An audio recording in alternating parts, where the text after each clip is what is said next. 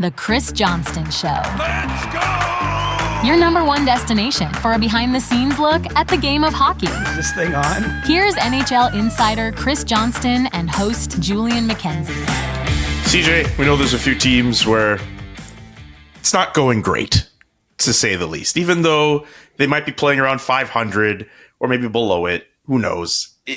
There are some teams, I get it. The start could be better. I want to start with the Edmonton Oilers because losing 9-1 over the weekend to Colorado, that's unacceptable. That is, like, losing is going to happen. But what did you think of that game and that debacle and that response post-game from the players who spoke?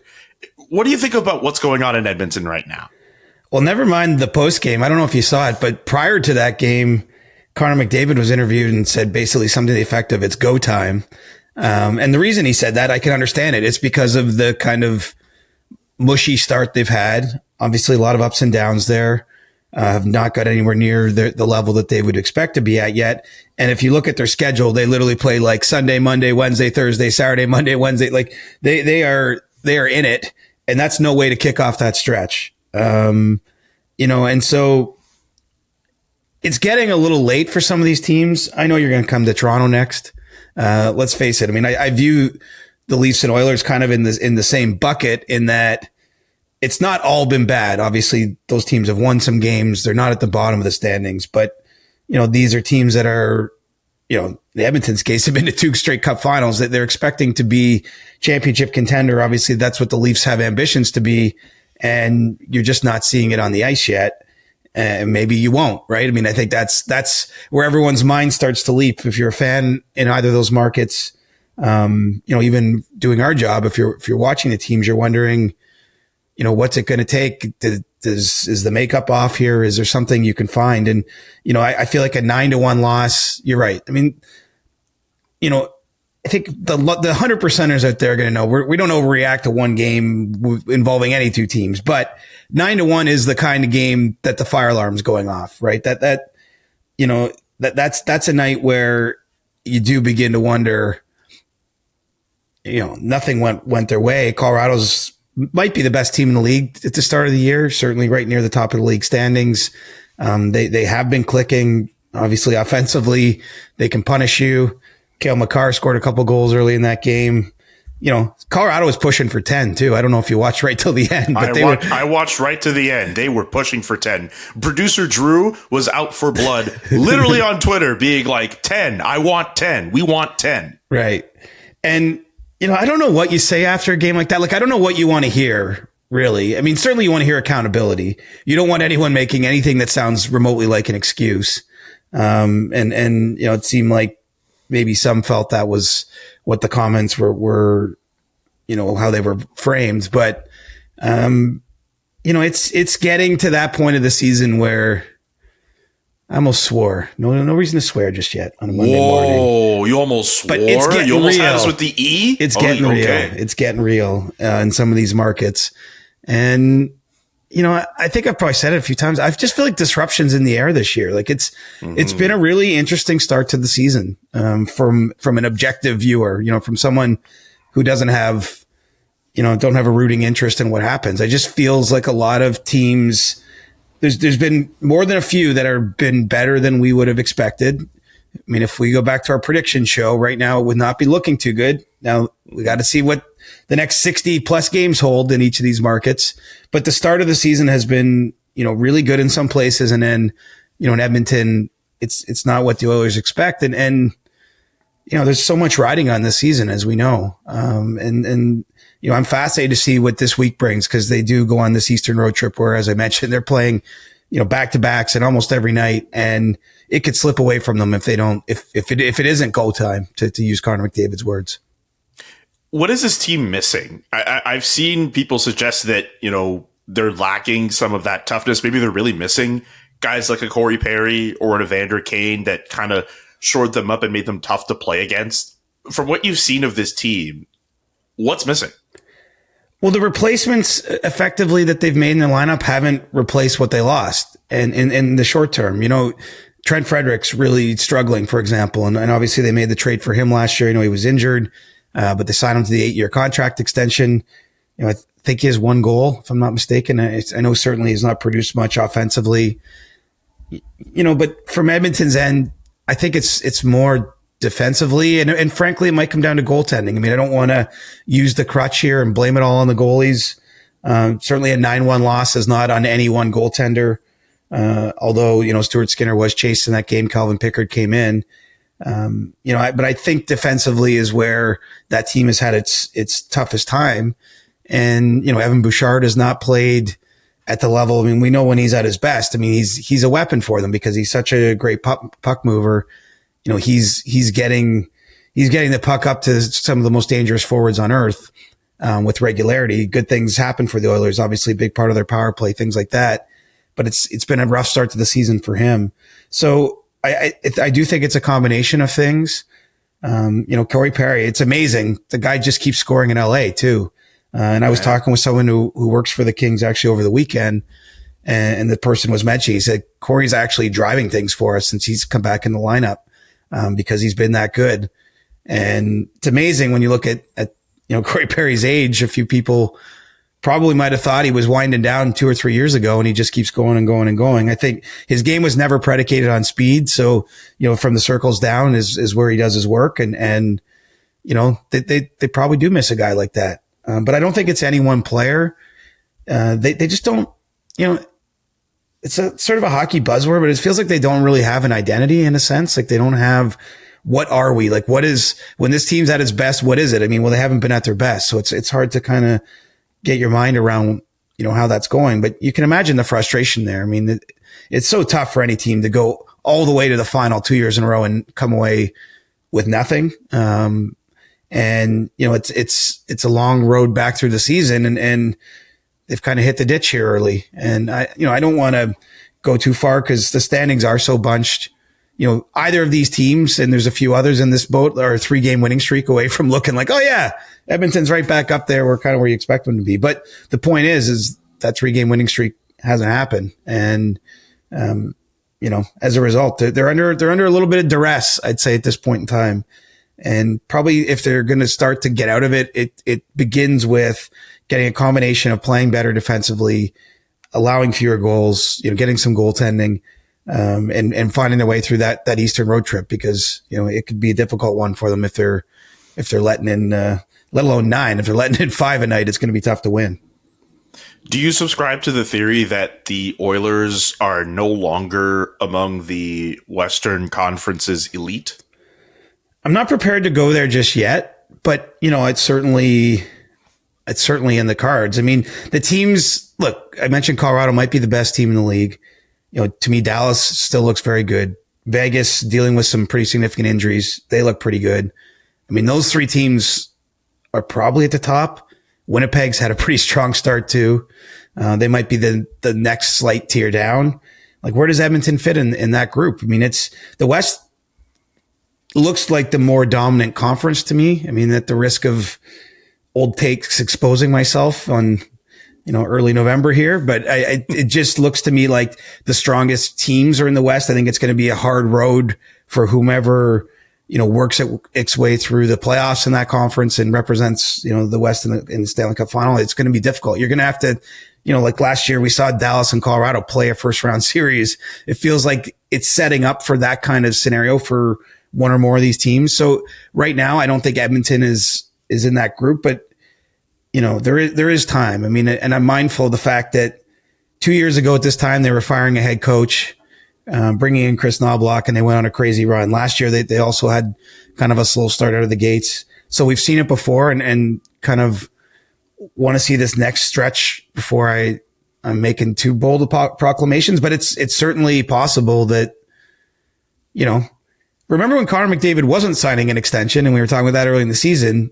I remember those days. But what was on his mind is he just was, I think part of it was, I don't want to use his words, but I think he was a little concerned about, where the next push was coming from, if they were going to have, enough juice. They're a pretty old team. They're getting older. Now, look, they're still getting Zach Hyman back here. Like, I think there's still some positive things that could turn, everything around for the Oilers. I mean, at the end of the day, even if they haven't had their best starts, Draisaitl and McDavid are still right up there in league scoring. Like, I think they're going to score enough. And this team has played a lot of good hockey in the last few years. So I just feel like it's still in there somewhere. But we'll see. This is, as I say, I kind of smell disruption in the air, and what that means is somebody who's supposed to be good, or a couple teams that are supposed to be good, might not be so good. But the jury's still out for me on the Oilers. CJ, before I move on from the Edmonton Oilers, one final question. Which member of the Edmonton media had the most scathing commentary about the Oilers post that 9-1 game? Mark Spector's column for Sportsnet or Bob Stauffer on radio post game? I thought he was great. I thought he was up there too. But which of those two was more scathing to you? Man, I mean, I've known both Bob and Mark for a long, long time. They both tell it like it is. It depends what genre you like. I thought Bob's maybe was a bit more scathing because you could just sit there and it's like 5 minutes of a volcano. Like, it's like building and building and building. And he's getting a little more frustrated, a little angrier with what he saw, talking about how hard it was for he felt bad for the fans in that instance that came to the game on Saturday and saw that expecting a big game. Obviously Avalanche Oilers, pretty marquee matchup, but I'll maybe I'll give it to Bob just because you could hear his voice. I mean, you could certainly, reading Mark's column, you could feel his voice. You could hear it a little bit too. There was no mincing words, but I think both were fair. I have to say. I mean, when you're a team that's expected to compete for a cup and you lose 9-1 on home ice without much pushback, without any answers, I mean, what is a media member supposed to do with that? It's not the kind of performance you can be like, wow, but the penalty kill was good or whatever. Like it's kind of is what it is. And those guys rose to the moment. This episode of the Chris Johnston Show is brought to you by Harry's. If you're wondering why CJ's beard looks as good as it does, it's not just him going to the barber. He's using razors from Harry's. He's actually been talking about it, unsolicited in the group chat. When we're not talking about the Toronto Maple Leafs and other things, he's talking about what he's doing to make himself look at his absolute best. And I mean, this description is actually pretty good. Harry's Plus has an advanced pivoting system to reach every corner of your face, refined blade tech for a closer, smoother shave, and a weighted metal handle. It's the heaviest that Harry's has ever used for added control and comfort. And you get a barbershop quality like shave with German engineered blades. That sounds pretty good. By the way, Harry's also doesn't just do razors. They have grooming essentials, they have shave gel, deodorant, body wash, all thoughtfully made and priced to stock up. By the way, for a limited time, you could take advantage of this really great trial offer from Harry's. Harry's Plus trial set for just $10. All you have to do is go to harrys.com/CJ and you can take advantage of it. This set includes an all-new Harry's Plus razor, one refined 5-blade cartridge, a 2-ounce foaming shave gel, and a travel cover to protect your blades on the go. Harrys.com/CJ. Harrys.com/CJ. You're going to love it. I think you're going to love it. CJ loves it. So why don't you love it? And also, please, after you make the purchase, they'll ask you about where you heard about all this. Mention the CJ Show. Okay, let's move on to the Toronto Maple Leafs. Not a great weekend for them. They lose back-to-back games. One quote stands out to me. I didn't watch the game. I was obviously watching the Senators against Utah on Sunday. But from a tweet you posted from Craig Berube's Avail, that he said, pretty much the season is, we don't value the defensive side of the puck enough. I don't like hearing that, because weren't the Leafs designed to be better with that? What's going on? It's a tough one. I think the most interesting aspect of this Leaf start for me is Craig Berube himself. If you see him, on the bench during the broadcast, you can see his frustration growing. Now, I'll say I was in the post-game press conference Sunday night. He was quite measured with his words. He's very direct. That's he's identifying the problem there, but he wasn't, there wasn't steam coming out his ears as he said it. I think he'd had enough time to cool down after the game before he got in front of the cameras. So, he was matter of fact in saying that. But ironically, the Leafs have scored enough, right? I mean, a lot of the talk probably entering the season, how they're going to, get by without Mitch Marner, all those things. The Leafs have actually offensively, they're among the top teams in the league in terms of goals per game. Where they've had trouble, some of it probably injury related, right? Chris Tanev's been out now with 2 separate injuries. mm-hmm. is their best pure defensive player.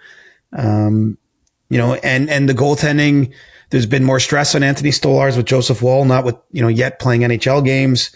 So he's had to play more, but he hasn't been as good as he has been the last couple seasons, and specifically last year as a member of the Leafs.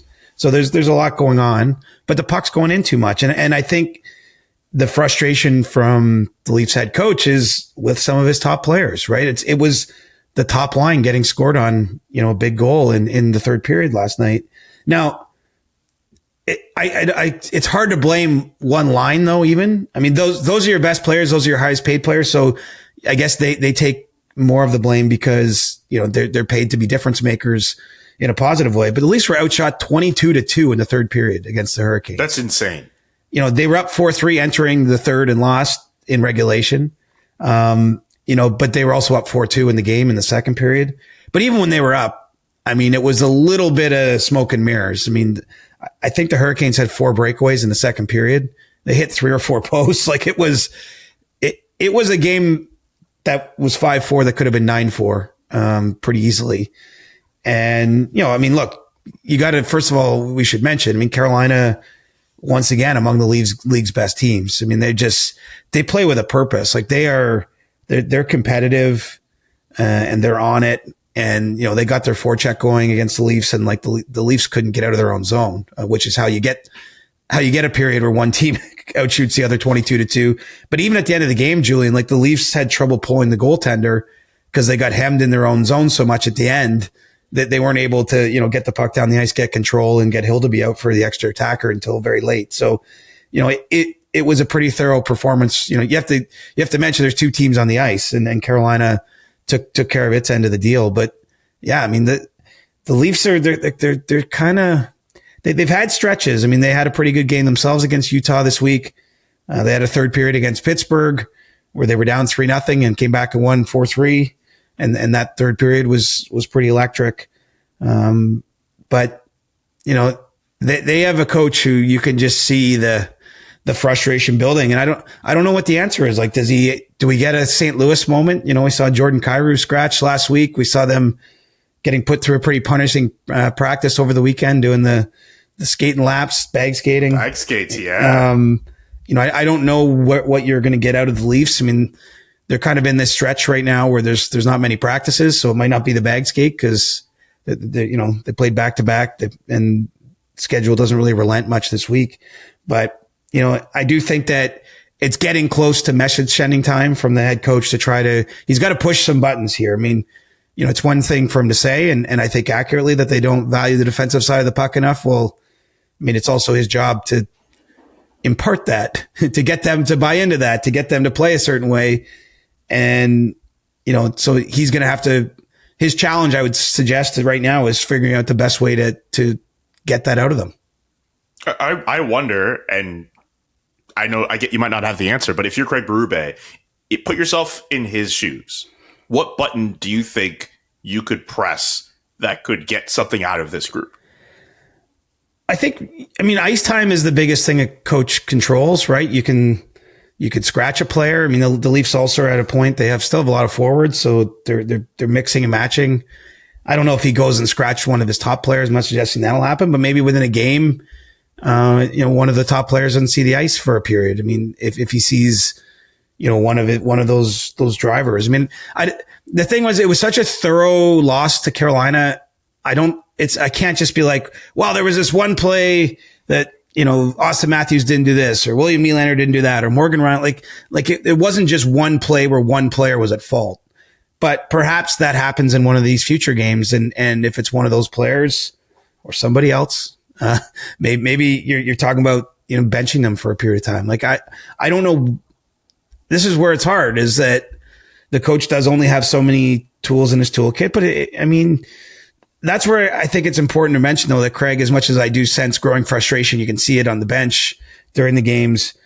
afterwards he was pretty measured. Like he just said, look, I'm just going to stay at it. Like he's going to keep delivering his message, find new ways to teach it. I mean, I don't know what else you can do beyond maybe sitting someone, benching someone, scratching them. Sort of what Jim Montgomery was trying to achieve in St. Louis with Kyrou, and he came back. Kyrou did score in the next game after being scratched in Buffalo this week.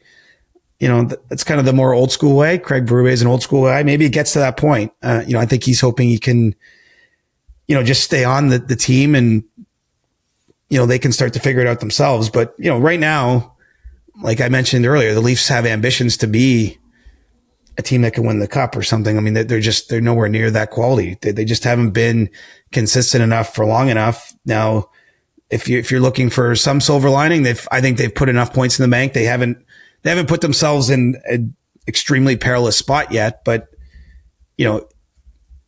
at the end of the day, it's at some point you need them to, I think that a lot of people thought this would be a step back season. I mean, we should also, I think you have to sort of readjust to the reality of where teams are at. The Leafs are getting older. They're not a fast team anymore. They're not a young team anymore. And they're down a player that impacts the game in all ways. The result of like the cumulative effect of all that is this was probably going to be a tougher regular season. They've kind of cruised to the playoffs most of these years, right? They have the longest playoff streak in the league in terms of consecutive years making it. I think that this is going to be a little more of a rocky road. The idea, of course, is that they're built in a way that they believe that they're in a spot where they can win in the playoffs better. They're a bigger team, heavier team, but that's not paying dividends, at least on a Sunday night in November. I mean, Carolina was not as big and heavy, but they're fast and relentless and attack, and we're all over their D. I mean, there's a lot of focus in Toronto about needing another forward. Like, I just wonder if they actually need to address the blue line at some point in time. I mean, they need crisper breakouts. I feel like they need probably another puck mover if they can find one as the year goes along. Anyway, I mean, the heat's going up though. I mean, it's getting to the time where I think you're starting to look like, can Brad Treliving do anything to shake this group up? That was my next question. Yeah. Are we talking about some more drastic measures from the coach in terms of moving the lines around, changing ice time, sitting one of his top guys down? But it's a delicate balance because, so much of this season has been driven by Nylander offensively. Tavares has had a great start offensively. Like he needs those players too, right? So even though that there might be the occasional breakdown, Nylander took a tough penalty on Sunday night, for example, but I mean, he also scored 2 goals in the game and nearly had a hat trick. So I mean, it's a dicey proposition if you're talking about trying to send a message with one of those players, because so much when the Leafs have had success, it's been because 88's been delivering too. So before I move off of Leafs corner, any thoughts on Joseph Woll returning to the team and starting his AHL conditioning stint? Yeah, I mean, it's good news, obviously, for Joseph that he's at a point in time where he can do that. It's hard to know what to expect, though, right? I mean, he missed a month. He missed training camp, effectively. It's hard to know where he'll get back to. I mean, because so much of Toronto's success last season, Julian, was both Joseph Woll and Anthony Stolarz were above average in terms of their save percentages, goals saved above expected, kind of any of the metrics you would use to evaluate that. It probably masks some defensive deficiencies, frankly, is how good the goaltending was.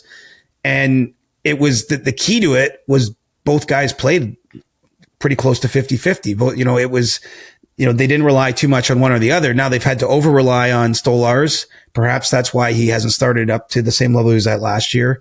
So can Woll come in and be the other half of the conversation? I don't know if that's fair. I don't know if we should expect that. I mean, maybe we should expect it's going to take him some time to get up and running. He only played 35 minutes or so on Saturday in his AHL conditioning debut. I would expect we're going to see him back up with the big team here shortly. But it's just hard to know what version you're going to get of him. From 10,000 feet, this is a good story. I mean, Joseph Woll spoke to reporters, didn't want to get into the specifics of his personal absence, or his absence for personal reasons from the team. Said he was disappointed to miss that time, but he's happy to be back. But he's He's jumping on a moving sidewalk. He's whenever he gets in there, as we're kind of highlighting here, he's going to get behind a team that's not stout defensively. It's probably going to get outshot based on what's been happening. He's probably going to get outchanced.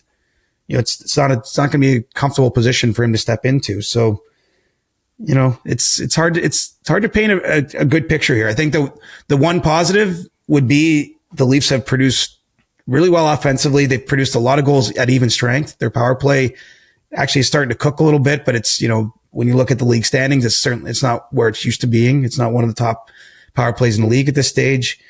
They're scoring enough to win games. They have to take care of the other end of the ice. And some of that Craig Berube actually mentioned too, is he thinks it's a mindset thing. Like he doesn't think this is like they're not capable of doing it. It's almost like he's saying they've been unwilling to do it. Like they haven't committed to it. And so, that's his job now. He's identified the problem. Now he's got to fix it.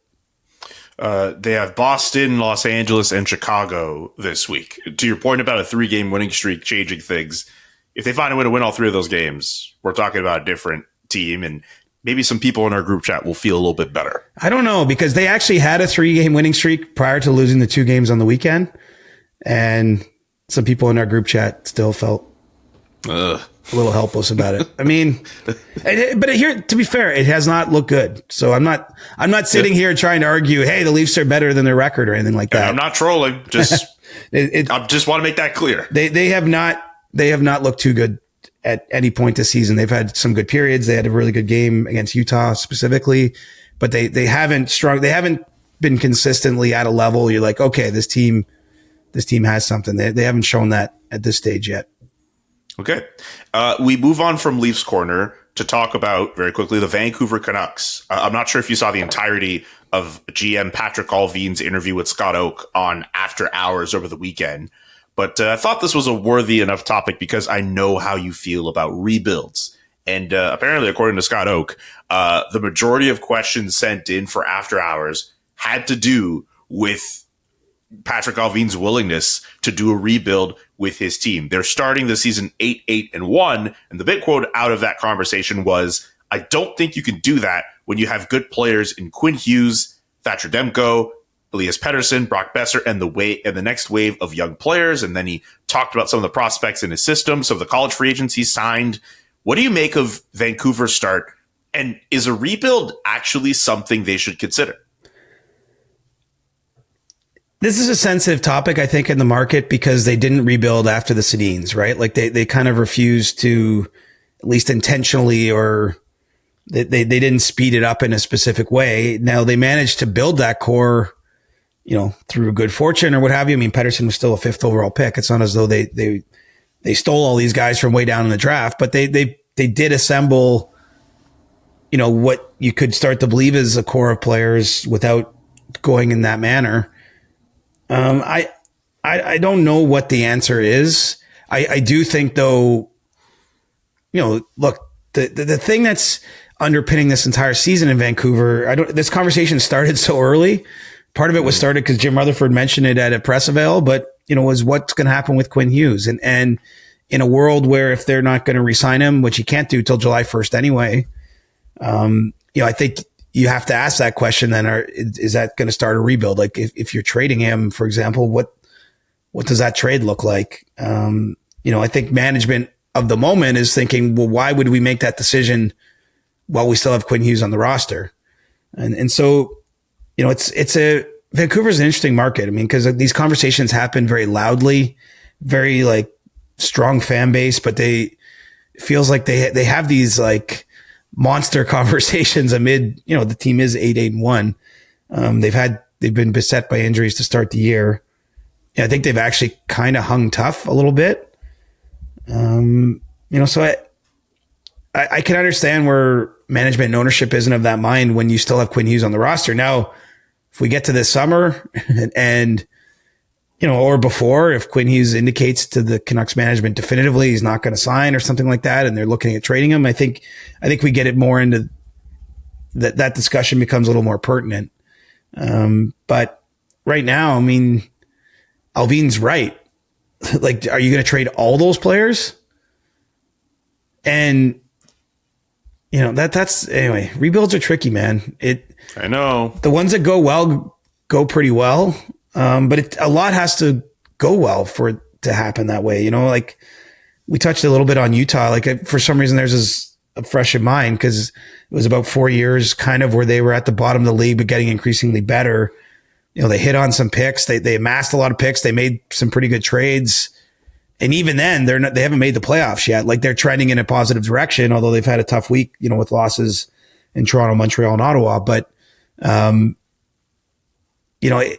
it can be, you need the commitment of ownership to do it. And it just doesn't feel like they have that in Vancouver. So,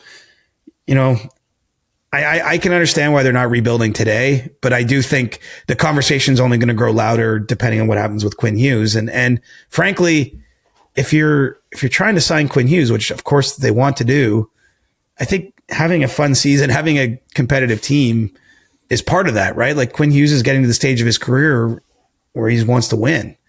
Last year was very tough on him. He was open about that just with how things went. Obviously he had the whole JT Miller situation through the season. They ultimately traded him away, but Vancouver underperformed last year. And so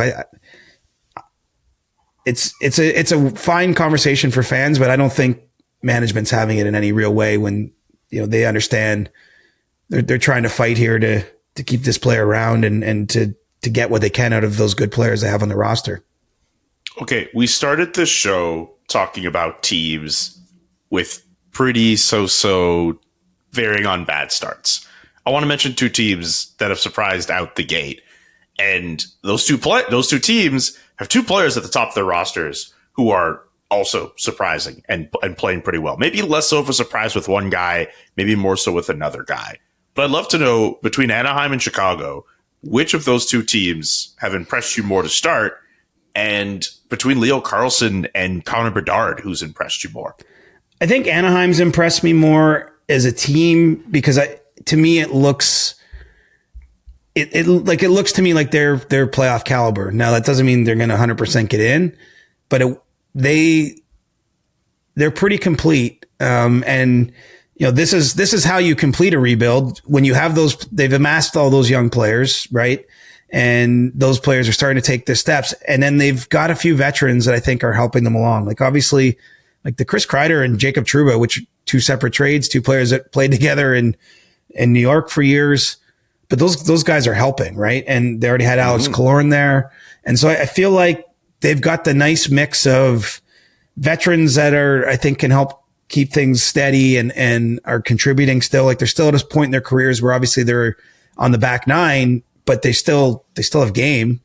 And then you have the young players who are raising the ceiling of the entire program. And so, Carlson looks like a star and look, he's a second overall pick. Like this is kind of supposed to be how it works. He's in his third season now. So, the first year they actually load managed him. If you remember, they were sort of intermittently scratching him, not to overtax him. Last year the Ducks sort of quietly for some took a step in the second half specifically. They were one of the better teams in the second half. They had one of the biggest year over year jumps in points as a team. And then now they look like they're ready. So I think that they're probably a little ahead of where Chicago is, not taking anything away from the Blackhawks, but to me, a lot of Chicago's start is how great Spencer Knight's been, which is tremendous news. He's a goalie who had a lot of hype and has, had to come through some personal issues and, gets traded from Florida to Chicago in that Seth Jones trade.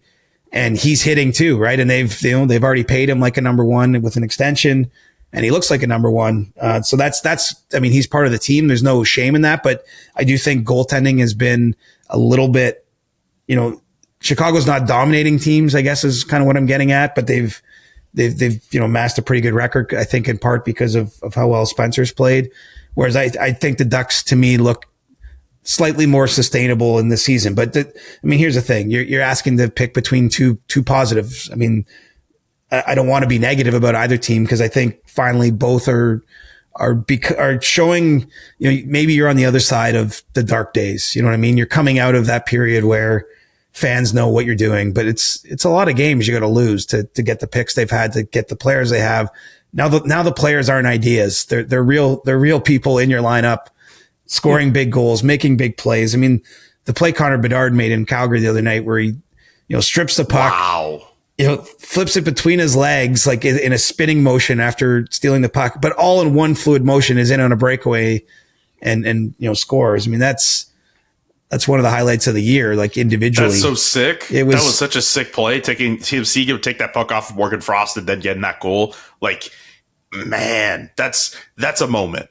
It is a moment, and it's almost one you had to see it. You had to almost see the replay to appreciate it in full. Like in like real time, like you can tell it's a nice move. He steals the puck and he goes in and scores on a breakaway. But to see like he's like spinning and puts it through his legs. I mean, Connor Bedard looks to me like I saw someone say this, like he's in flow state. Like he looks, anyone who's paid attention understands he's got great individual offensive instincts. I think at times it was tough for him early in his career, but right now he's like, it's almost like he's out of his own way. He knows who he is. He's coming off a great summer where he, got training in and like he's just taking the next step.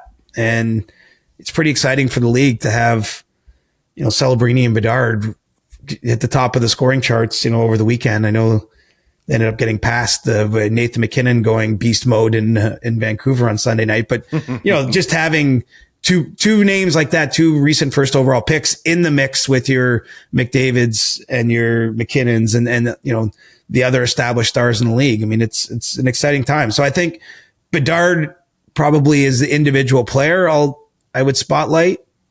Although really, I mean, Celebrini, this is great. This is what drives conversation in a league. I think that having these young guys pop, because Leo Carlsson's doing his thing too in Anaheim, big beast of a center. The league, this is where the disruption comes from, right? This is it's like the theme of our show today is the disruptors are out there and it's coming from these players, maybe being a little ahead of schedule or being more ready than we thought or taking a bigger step.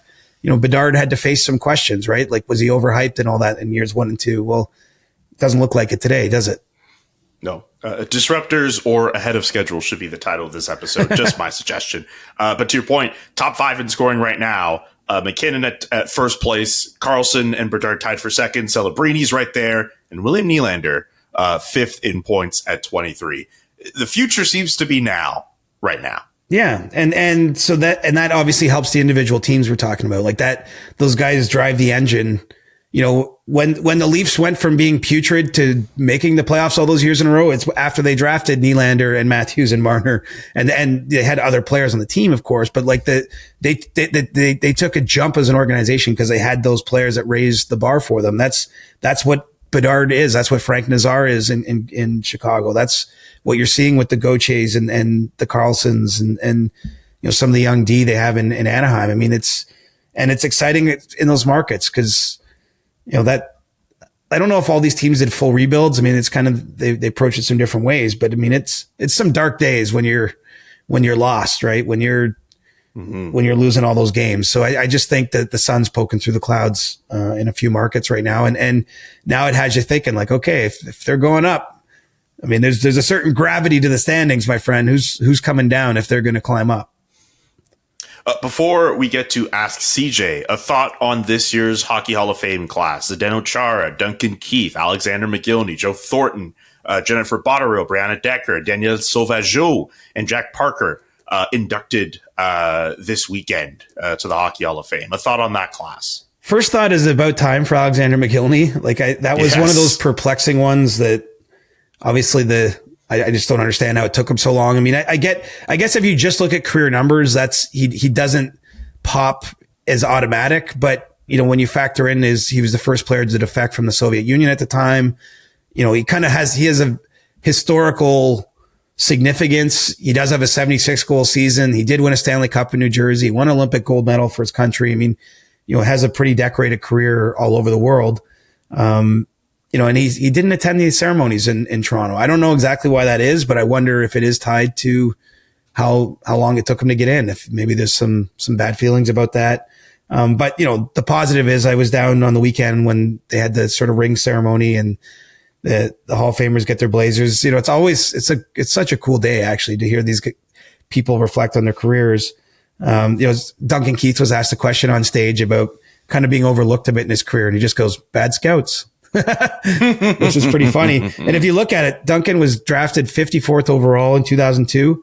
He's probably going to be the only 2002 drafted player to make the Hall of Fame. If you look through that draft class, which, it says something, right? 53 players drafted ahead of him, and he's probably the only one going to the Hall. He's certainly the only player in that draft class that won 3 Stanley Cups and 2 Olympic gold medals. Pretty impressive career that he had. Zdeno Chara played forever. Joe Thornton played forever. Joe's still full of so much life. Like, he's a bit of a character, but like, he has such a big heart. I don't know if you saw, he went back to St. Thomas, where he's from, and read the starting lineup for the junior team there. And he actually got emotional because his son was in the dressing room wearing his old jacket from that team, wow, from the St. Thomas Stars, I think that the team was. Zdeno Chara was so well spoken at the Hall the other day. Just talking about sort of what it takes. He was asked what one word would he put inside his Hall of Fame ring if he could choose one word, and he said will.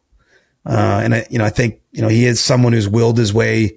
Is he the largest Hall of Famer ever? 6'9". I mean, yeah, I would think so. 6'9" became a very positive thing in his career, but there was a time when it was a negative, right? He wasn't as coordinated. He didn't skate as well. Didn't handle the puck as smoothly as maybe some smaller players, but he became this sort of towering force, and obviously so associated with the Bruins in his time. Jennifer Botterill, I actually worked with her at Hockey Night in Canada, and she was such a pro there. And you can probably see just how prepared she was every Saturday when we come to work. Like, it kind of gives you an insight into how she would have been as a player. And, she was on the national team as a teenager and went to many Olympics. I mean, it's a great weekend, the Hall of Fame. And you're just happy to see the people get in. And I'm starting to feel a little bit older, man, because you're now inducting Hall of Famers where I covered, if not the entirety of their careers, a good chunk of their careers. And, you're not going to stop Father Time. So that's just going to keep continuing. I mean, they were talking about Patrice Bergeron going in next year. And I'm like, all right. I remember I was there for I was at all the Stanley Cups he was in. And I got to know Patrice pretty well over the years in the way a media person does. I'm like, okay, this is getting time's moving too quickly, my friend. For me, it's when Carey Price gets inducted into the Hockey Hall of Fame. I remember watching that draft like 20 years ago when he was taken by the Canadiens. When he gets inducted into the Hockey Hall of Fame, that's what I'm going to be like. All right, I'm too old, air quotes, for this. I almost swore too, actually. Well, I saw Gord Miller. He was calling the Leafs Hurricanes game on Sunday night, and Gord said for him, Garment Gord, and I made the same sort of comment, something along those same lines. He said, well, for me, it's the sons of players I covered that are going in. So, I mean, I suppose there is still another generation for us both if we can hopefully hang in this industry long enough. Absolutely. Anyway, congratulations to this year's class of Hockey Hall of Famers. Very quick Ask CJ here. A couple questions brought in over X, and thank you to everyone who sent those in. First question. We were talking about Chicago earlier. Mellenby's Dead Rat wants to know, what's the chance of Spencer Knight making the U.S. Olympic team? He's playing great this season. The only thing working against Spencer, that's a pretty loaded crease, isn't it? It sure is. I mean, it's hard to imagine Connor Hellebuck not being there. It's hard to imagine Jake Ottinger not being there. I suppose there could be an outside chance that he's the third goalie, but, he's got a lot of ground to make up just with, these teams, and I'd say the same for Team Canada, like they're made obviously on how players are performing in the moment. That's a factor, but it's also what you've done. It's your resume. And so I'm certainly not going to say it's impossible, but it feels like it might be tough just because they don't have the same opening. Now, if Spencer Knight was Canadian, I would say there's a good chance that he's in the mix because Canada's, beyond Logan Thompson, who's had a pretty nice start in Washington, Canada's not getting a lot of quality goaltending around the NHL if you look right now. So I think, obviously the competition is fierce there, but if not 2026, I'm pretty comfortable in saying Spencer Knight looks like the kind of player that'll be on the radar for 2030 when the next Olympics comes around. Okay. Jaeger Deus asks, is Sam Bennett playing himself off of Team Canada? Is Connor Bedard playing himself onto Team Canada? that bookends the previous comment, because I would say Sam Bennett's play has not been at his level in this regular season, but he's not being judged on that, right? He's being judged on what the management saw from him at the Four Nations when they worked with him directly, right? And you might remember that was a pretty tight championship game between Canada and the U.S. Who scored one of the goals for Canada in that game? Sam Bennett scored a big one. And he's obviously developed a reputation as a player who can handle the big stage. I mean, he's just won a Conn Smythe Trophy and scored many big goals for the Florida Panthers on the way to their second straight cup. So, I won't say he's 100% lock, but I'd say he's probably a 95% lock to make Team Canada, despite having a sluggish start to the season. He's earned some benefit of the doubt. And, for the Canadian management, I mean, they're expecting this to be a fast physical game, which Sam Bennett showed that he can handle. And they need to have confidence that anyone they add to that roster can kind of handle the heat, right? It's a short tournament. We shouldn't lose sight of the fact you play 3 round robin games, and then you're into a quarterfinal. Hopefully you win that. You're into a semifinal. Hopefully you win that. You're into a gold medal game. You face 3 game sevens to win a gold medal, in the way the men's tournament works at the Olympics. And so you have to win 3 game sevens consecutively. You can't lose one of them. You can't have an off night.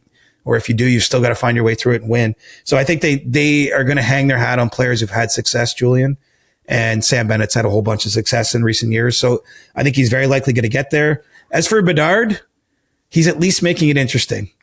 Mm-hmm. I think the issue for him, and it's not just him. I mean, I could say Mark Scheifele's in the same boat. Canada doesn't really have top 6 jobs available, right? Those are, unless there's an injury between then and now, but from a player that's already on the roster, which we're not wishing for, but could obviously happen.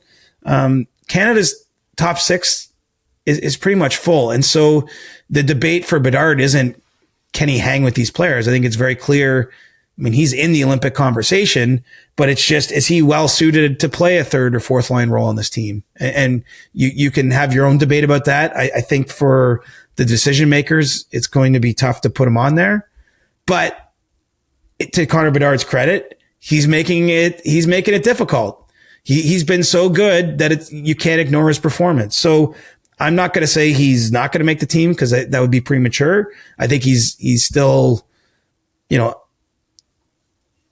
long shot might be too long, but somewhere, he's got some ground to make up. But if he keeps performing as he has and stays in that conversation, he could force his way to the top of it. And that's really all he can do, is control his own play. And he's done a nice job of that so far. But Team Canada hasn't put a lot of young players on historically. Drew Doughty was 20 in Vancouver. Jonathan Toews was 21. Bedard's 20. Celebrini's 19. I know some people are pushing for Matthew Schaefer, who's 18.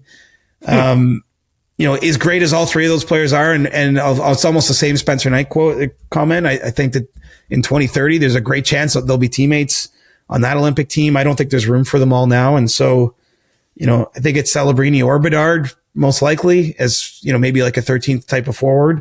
And right now I think Celebrini has a small edge, but there's still 6-7 weeks. The Canadian Olympic team, we should mention actually, Julian, that the management staff is meeting today here in Toronto. So they're going through these conversations with each player. They're trying to get their list down to about 35 of the players they're focused on. And then ultimately they have to settle on a 25-man roster by the end of December. So, for Bedard and Celebrini and Wyatt Johnston and Robert Thomas and Nick Suzuki and Mark Scheifele and all the players kind of on the bubble, you've got 6 weeks to keep your name at the top of those conversations. Last one for you from Tyler: is Pittsburgh legit? I don't think so, but okay. I mean, they're better than we expected. And I'm willing to say that. I just, it still feels like there's potentially some regression in their game to come. But, I think we picked him I picked him. I'm not even going to say we. I'm not going to drag you down with me, Julian. I'm pretty sure I picked him at the bottom. Look, I didn't think they were going to be that good either. I think I had them maybe last place in the Metro or second last place. We can share this. So, look, I can say I was wrong about that, because they've certainly been more competitive than I expected. I think it's encouraging that they've introduced some young players who, are giving them some contributions that have helped this start that's been better than I would have predicted. but I'm not willing to say like they're going back to the playoffs this year. I just think that's a tall task. They're not outplaying teams by enough at 5-on-5 in my eyes to sustain the level of winning they've had so far. I think some of this is hot power play, hot goaltender, and you don't have to apologize for winning games that way, but it just, if I'm looking at which stocks are going to keep booming and which ones might come back a little bit, I could see Pittsburgh falling back a little bit closer to 500. Okay. Thank you to everyone who sent in questions. CJ, great work as always. We'll be back later this week with a brand new episode of the CJ Show. Maybe some teams will be better. Maybe some teams will be worse, but we'll be here to talk about it. Maybe we'll get into the Olympic stuff. Maybe we'll get a little whisper of what gets said behind the doors. We'll see what happens there. Oh, I'm ready for that. Subscribe to the podcast if you haven't done so already, and we'll talk to you later this week. The Chris Johnston Show. Follow Chris on Twitter @ReporterChris and follow Julian @JKA McKenzie. The Chris Johnston Show.